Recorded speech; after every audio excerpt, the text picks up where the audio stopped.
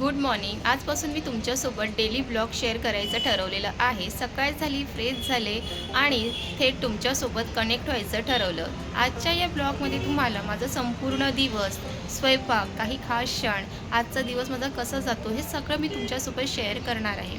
त्यामुळे हा व्हिडिओ तुम्ही नक्की शेवटपर्यंत बघा. चला तर मग आजच्या सुंदर दिवसाच्या सुंदर ब्लॉगला सुरुवात करूया.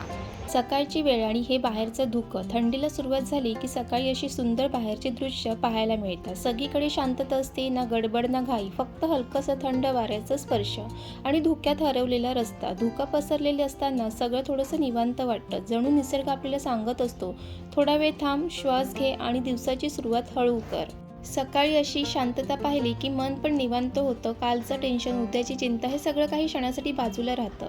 रोजचा दिवस कदाचित सारखाच असतो, पण अशी सकाळ मिळाली की तो खास वाटायला लागतो. सकाळी अशी दृश्य पाहायला मला खूप आवडतं, ज्यामुळे दिवसाची सुरुवात पॉझिटिव्ह होते आणि मन शांत राहतं. बाल्कनीतून खाली भाजी मार्केट दिसते. सकाळी सकाळी इथे वेगळीच गडबड असते. लोक येतात, ताजी भाजी फळं घेऊन जातात आणि सगळीकडे एक वेगळीच एनर्जी जाणवते. त्यानंतर सकाळच्या कामाला खरी सुरुवात होते स्वयंपाकघरातूनच. किचनमध्ये आल्यानंतर सगळ्यात आधी मी खिडकी उघडते. ताजी हवा आली की मन पण हलकं होतं. आई म्हणायची, स्वयंपाक सुरू करण्याआधी खिडकी उघडली की घरात पॉझिटिव्ह वाइब्स येते. त्यानंतर पाणी करता ॲक्वागार्डचं बटन सुद्धा चालू करून घेतलेलं आहे. दिवसाची सुरुवात कोमट पाण्याने करते. त्यात थोडंसं मध घालून घेतलं की आरोग्यासाठी चांगलं वाटतं. कोमट पाणी आणि मध पिल्याने पचनाला मदत होते, पोट हलकं राहतं आणि सकाळपासून शरीरात ताजेपणा जाणवतो. चला तर मग इथे कोमट पाणी करण्यासाठी पातेलं घेतलं, गॅसवर ठेवलं, त्यात पाणी घातलं आणि पाणी कोमटच करून घ्यायचं, जास्त गरम करायचं नाहीये.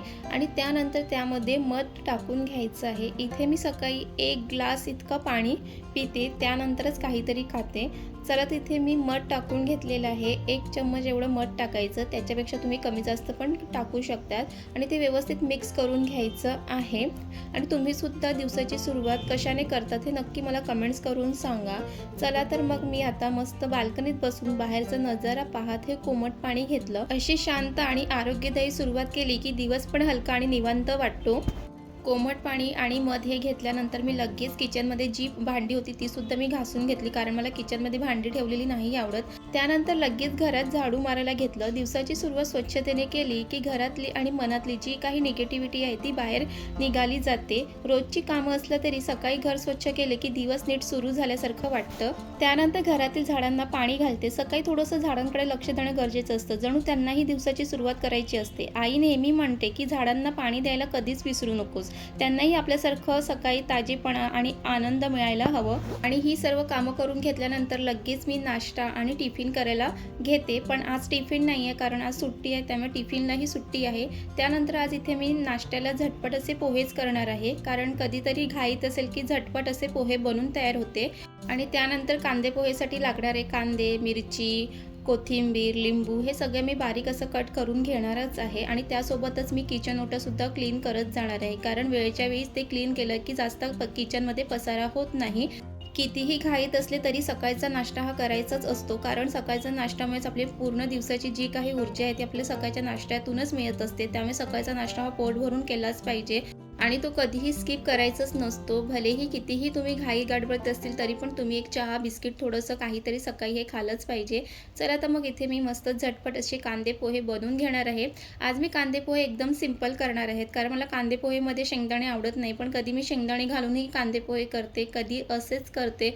तर आज मी शेंगदाणे न घालता हे कांदे पोहे करणार आहे. चला तर मग इथे असे कांदे पोहे बनवून तयार झालेले आहे. वरून असं लिंबू, भरपूर अशी हिरवी कोथिंबीर त्यामध्ये घालून घ्यायचे आहे. आणि कांदे पोहे आपण वेगवेगळ्या पद्धतीने बनवू शकतो. आणि तुम्ही ते पाहू शकतात की कांदे पोहे इतके झटपट असे बनवून तयार झालेले आहे. आणि तुम्हाला कांदे पोहेची रेसिपी हवी असेल तर आपल्या चॅनलवर आहे, तिथे तुम्ही जाऊन नक्की बघा. चला तर मग मी इथे मस्त आता गरमागरम कांदे पोहे प्लेटमध्ये काढून घेणार आहे. आणि आता मार्केटमध्ये तर हिवाळा चालू झाला आहे, तर मटारसुद्धा भरपूर मिळते, तर तुम्ही मटारसुद्धा कांदे पोहेमध्ये घालू शकतात. ते घातल्यानंतरही कांदे पोहे खूप छान लागतात. पण आज माझ्याकडे मटार नव्हते म्हणून मी त्यामध्ये मटार घातलेले नाही आहे. तुमच्याकडे असेल तर तुम्ही नक्की घाला. आणि मला कांदे पोहेमध्ये अशी वरतून अशी बारीक शेव घातलेली खूप आवडते. आणि तुम्हालासुद्धा कांदे पोहेमध्ये बारीक शेव वरून घातलेलं कांदे पोहे आवडतात का हे मला नक्की कमेंट्स करून सांगा.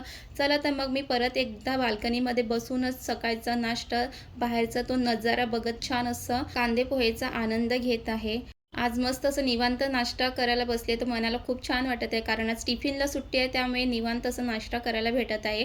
त्यानंतर लगेच नाश्त्याची जी काही भांडी आहे, ती लगेच मी स्वच्छ करून घेणार आहे. सकाळी नाश्ता आणि त्यासोबतच टिफिन असेल, तर भांडी भरपूर असतात बेसिंगमध्ये. पण आज भांडी कमी असल्यामुळे ते पाहूनसुद्धा मला खूप असा आनंद होत आहे. घरातली भांडी स्वच्छ करणं जितकं गरजेचं असतं, त्यासोबतच ते बेसिनसुद्धा स्वच्छ करणं तितकेच गरजेचं आहे. कारण ते सुद्धा आपल्या किचनचं एक पार्ट आहे, तर ते सुद्धा व्यवस्थित क्लीन करून घ्यायचं आहे. आणि त्यानंतर लगेच मी गॅससुद्धा कपड्याने स्वच्छ पुसून घेणार आहे. कारण आज मी जास्त काही बनवलं नाही, त्यामुळे गॅसवरती काहीच असं जास्त काही नव्हतं. तरी पण मला ती सवयच आहे, की काहीतरी बनवलं की गॅसला व्यवस्थित स्वच्छ पुसून घेण्याची. आणि त्यासोबतच मी किचन ओटासुद्धा छान व्यवस्थित क्लीन करून घेणार आहे. आणि त्यासोबतच अजून मला एक सवय आहे, की जी काही टाईल्स आहे किचनमध्ये, ते सुद्धा स्वच्छ पुसून घेणं खूप गरजेचं असतं. कारण आपण जे काही रोज नेहमी बनवत असतो, त्याचे काही ना काहीतरी डाग हे टाईल्सवरती उडतातच आणि ते त्याच वेळी पुसून घेणं खूप गरजेचं असतं. त्यामुळे टाईल्ससुद्धा स्वच्छ राहतात. आणि जे काही किचनमध्ये ट्रॉल्या आहेत, त्यासुद्धा मी अशा पुसूनच घेते. कारण किचनमधली प्रत्येक वस्तू ही स्वच्छच असली पाहिजे. कारण तिथे आपण किचनमध्ये अन्न शिजवतो, तर त्यामुळे किचन हे नीट अँड क्लीन असलं पाहिजे. त्यानंतर लगेच मी बेडरूममध्ये येऊन बेडसुद्धा आवरून घेतलं. आणि किचनमध्ये आल्यानंतर मी परत एकदा ते झाडू मारून घेतलं. कारण मला थोडंसं त्यामध्ये कचरा दिसला, तर मी पटकन झाडूने ते कचरा डस्टबिनमध्ये टाकून घेतलं. आणि त्यानंतर मी इथे कपडेसुद्धा धुवून घेतलेले होते, तर ते सुद्धा सुकायला बाल्कनीमध्ये ठेवले. त्यानंतर हे सर्व करत असताना पाण्याचाही वेळ झाला, तर पाणीसुद्धा व्यवस्थित सगळं भरून वगैरे घेतलं. बाथरूम वगैरे व्यवस्थित क्लीन वगैरे करून घेतली. आणि त्यानंतर लगेच संपूर्ण घरामध्ये पोछासुद्धा लावून घेतला. आठवड्यातून 1 दिवस ऑफिसच्या कामाला सुट्टी असते, पण घराच्या कामाला कधीच सुट्टी नसते. ती 12ही महिने आपल्याला करायचीच असते. त्यानंतर थोडा वेळ मी आराम केल्यानंतर मग लगेच जेवणाला सुद्धा सुरुवात केली. तर इथे जेवणाची सुरुवात झालेली आहे. आणि आज मला काही जेवणामध्ये जास्त काही बनवायचं नाही आहे. फक्त भाजी आणि भातच बनवायचे आहे. चपाती, भाकरी असं काहीही बनवायचं नाही आहे. आणि मी आधीच लसूण वगैरे सोलून ठेवलं होतं, त्यामुळे भाजी करायलाही वेळ जास्त लागत नाही. आणि इथे मी नॉनव्हेजमध्ये म्हणजेच मच्छीची भाजी बनवत आहे, त्यामुळे मच्छीच्या भाजीलाही जास्त वेळ लागत नाही आहे. व्हेज बनवायचं असेल की त्यालाही जास्त वेळ जातो, कारण सगळ्या भाजी वगैरे कट करून घ्या, त्यामध्येच जास्त वेळ लागतो. पण मच्छीच्या भाजीला जास्त वेळ लागत नाही. तर चला, इथे मी आंबट वगैरे सगळं टाकून घेतलेलं आहे. आणि आज मी पापलेटची भाजी बनवत आहे. इथे तुम्ही पाहू शकता, आता मी पापलेटची भाजी करायला ठेवलेली आहे. आणि आज मी पापलेटच्या भाजीमध्ये कच्चे टोमॅटो घातलेले आहे. आणि कच्चे टोमॅटो तर खरंच खूप छान लागतात भाजीमध्ये.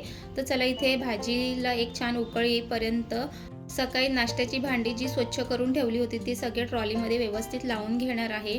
आणि त्यासोबतच हे भाजी ठेवताना जी काही भांडी निघाली आहे, ती सुद्धा त्याच वेळी मी स्वच्छ करून घेते. म्हणजे कसं बेसिंगमध्ये जास्त भांड्यांचा पसारा होत नाही. तर हे सुद्धा छोटे छोटे टिप्स फॉलो केलेत ना, की किचनमधली आणि घरातली कामं ही कशी झटकीपट होतात. आणि तुम्ही आतापर्यंत आपल्या चॅनलला सबस्क्राईब केलं नसेल, तर सबस्क्राईब करून घ्या. आणि व्हिडिओ आवडत असेल तर लाईक करा, कमेंट्स करा. तर चला, मग इथे भाजीला एक छान उकळ आलेली आहे. आणि ते एकदा व्यवस्थित मिक्स करून घ्यायचं आहे. आणि त्यामध्ये थोडंसं पाणी घालून घेतलेलं आहे, जितकं रस्सा पाहिजे त्याप्रमाणे. त्यानंतर इथे मी कुकर घेतलेला आहे. कुकरमध्ये मी भात लावते, त्यामुळे कुकर घेतला, त्यामध्ये तांदूळ टाकून ते स्वच्छ धुवून घेतलेले आहे.